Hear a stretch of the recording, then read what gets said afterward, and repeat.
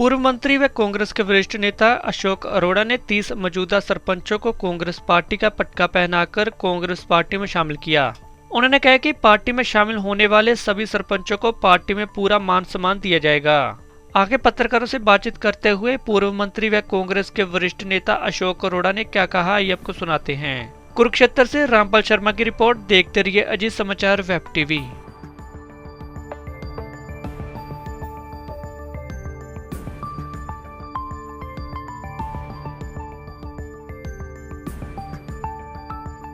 भी उपस्थित, पहले तो आप सब प्रेस वालों का स्वागत है। हमारे बीच आज थानेसर विधानसभा क्षेत्र के चुने हुए सरपंच आज कांग्रेस को समर्थन दे रहे हैं और कांग्रेस में शामिल हो रहे हैं। लगातार हरियाणा प्रदेश के अंदर कांग्रेस पार्टी के पक्ष में एक हवा चल रही है और लोग मान के चल रहे हैं कि हरियाणा में कांग्रेस की सरकार बनेगी, क्योंकि बीजेपी की जो पिछली सरकार थी, जो सरकार है प्रजातंत्र में लोग बनाते हैं और जो लोग बनाते हैं वो लोगों के लिए होती है। परंतु मनोहर लाल मुख्यमंत्री बने तो एक तानाशाह रवैये से सरकार चलाई, अहंकार से भरी सरकार चलाई और उन्हीं के पद चिन्हों पे हमारे यहाँ से जो विधायक हैं वो भी उन्हीं के पद चिन्हों पे चल के उन्होंने भी जनता का सम्मान की बजाय अपमानित करने का काम किया। तो आज हमारे साथी हैं, ये लोग आज कांग्रेस में शामिल हो रहे हैं। मैं इनका स्वागत करता हूं और इन्हें विश्वास दिलाता हूं आपके माध्यम से भी कि इनका पूरा सम्मान होगा।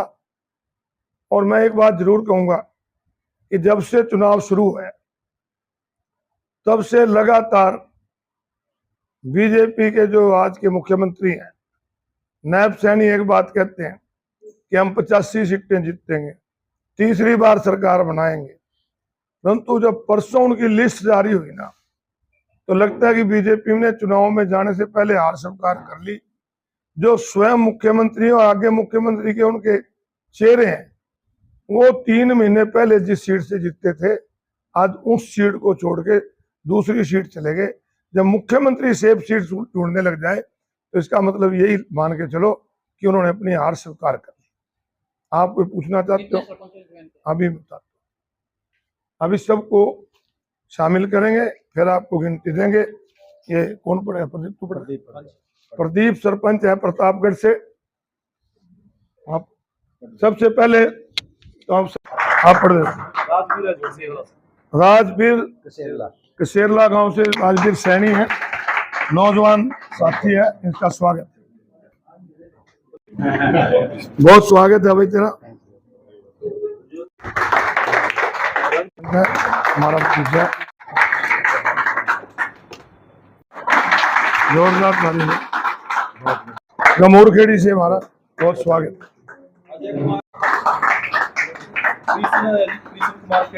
खेड़ी मार्ग हरियापुर से 27 नवी हैं सारे, दो एक हैं पुराने, तो दो तीन हमारे पुराने साथी हैं। टोटल 27 सरपंचों ने आज शामिल होकर कांग्रेस में और कांग्रेस को मजबूत करने का फैसला लिया। ये सभी साथी, ये नहीं है कि किसी दबाव में आए। आप मीडिया कर्मचारी, मीडिया के साथी, इनसे किसी से भी कोई पूछना चाहते हो, कल को कई आरोप लाते हैं कि तो धक्के से ले गए थे, पकड़ के ले गए थे, फिर इनके ग्राहक पहुंचेंगे। तो भाई सभी मीडिया वालों से प्रार्थना है कि जो भी आपको किसी भी सरपंच से कोई बात पूछनी हो, आप इनसे पूछ सकते हैं। मैं सरपंचों को फिर विश्वास दिलाता हूं कि आपका पूरा सम्मान होगा। हरियाणा प्रदेश के अंदर जब मुख्यमंत्री अपनी सीट बदलने लगा, और मैं आपको पहले भी कहता था, जब नायब सैनी को मुख्यमंत्री बनाए तो नायब सैनी जी एक मनोहर लाल की खड़ाऊ के रूप में काम कर रहे थे। और आज मेरी उस बात पे मोहर लगा दी पूर्व मंत्री कर्णदेव कंबोज ने। कर्णदेव कंबोज ने आज कहा है कि नायब सैनी जी का फोन आया था, मैंने उससे पूछा कि मेरी टिकट क्यों काट दी, मेरा कसूर क्या है? तो कहता है मेरे को पता ही नहीं। ये मुख्यमंत्री को ही नहीं पता टिकटा किसने दे रहे हैं। तो टिकटा देने वाला हरियाणा प्रदेश की सरकार चलाने वाला, जो लोगों ने नकार दिया था जाके दिल्ली बैठ गया, आज भी वही हरियाणा प्रदेश के मुख्यमंत्री और पूरी बीजेपी को अपनी जेब में रखी। अरोड़ा साहब, गठबंधन पार्टी 90 की 90 हलकों में चुनाव लड़ने में पूरी तरह सक्षम है और एक एक सीट पे एवरेज 30-30 नाम आए हुए हैं, तो पूरी तरह से तैयार है। बाकी राष्ट्रीय स्तर पे जो निर्णय हमारे हाईकमान लेगा वो सबको मानना पड़ेगा। भाजपा के कार्यकर्ता के रूप में काम कर रहे हैं और आचार संहिता का खुलेआम उल्लंघन कर रहे हैं। आज भी आप कुरुक्षेत्र में जाके देखो, ठेकेदारों को टेंडर जो अलाट हुए थे, काम शुरू नहीं हुए थे, उनके काम शुरू हो रहे हैं। लोगों के सरपंचा के कईयों के खाते में कल भी पैसे डाले गए हैं। तो इस प्रकार जो है वो एक बीजेपी के कार्यकर्ता के रूप में काम कर रहे हैं।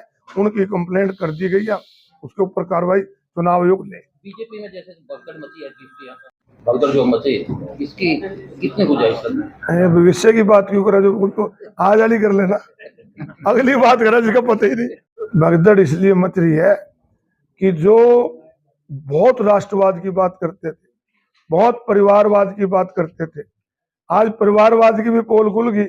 कितने परिवार के लोगों को नौकरी दी। और जो कहते थे हम तो राष्ट्रवादी पार्टी हैं, जो कल तक इन्हें गालियां दे रहे थे ना, उन्हें बुला के भी टिकटा दे दी।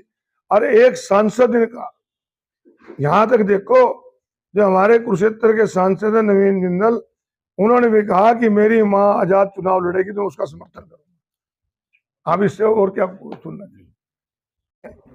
हर आदमी प्रयास करता है कि लोग मेरे साथ जुड़े, तो हम भी अपना प्रयास करते हैं, वो भी करते हैं, परंतु राजनीति का स्तर इतना नहीं गिरा देना चाहिए कि लोग अब हमारे में शामिल हो और फिर जबरदस्ती उनके घर जाओ। राजनीति में हार जीत चलती रहती है, ना तो इतनी बौखलाहट दिखानी चाहिए, ना राजनीति का इतना स्तर गिराना।